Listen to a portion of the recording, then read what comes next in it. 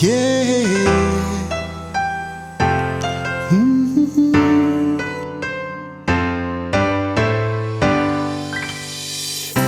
Votany am-piandohana de fa fantatro fa ho lasanao ty foko ty. Tany am-piandohana no efa hitako fa tsy voafefy intsony izy. Ny fitoboky ny foza ao anatiko, ny alalin'ny fitiavako anao, de hiazakazaky isan'andro izy,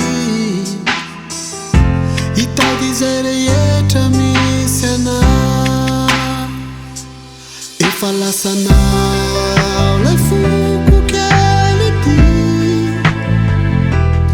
efa lasanao manontolo, lasanao izy tsy mba ho zaraiko nafa sanatry, fa de lasanao toko, efa anao manontolo lay foko ty.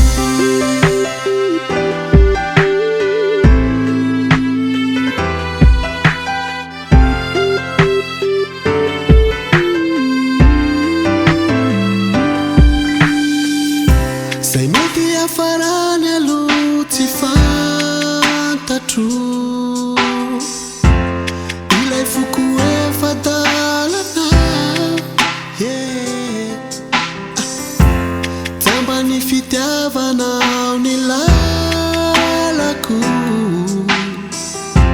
zay jereko rehetra de ianao. Tapina ny lalana alehako,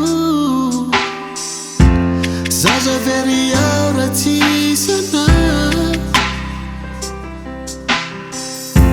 na hiafanilanao aza tsy afeniko,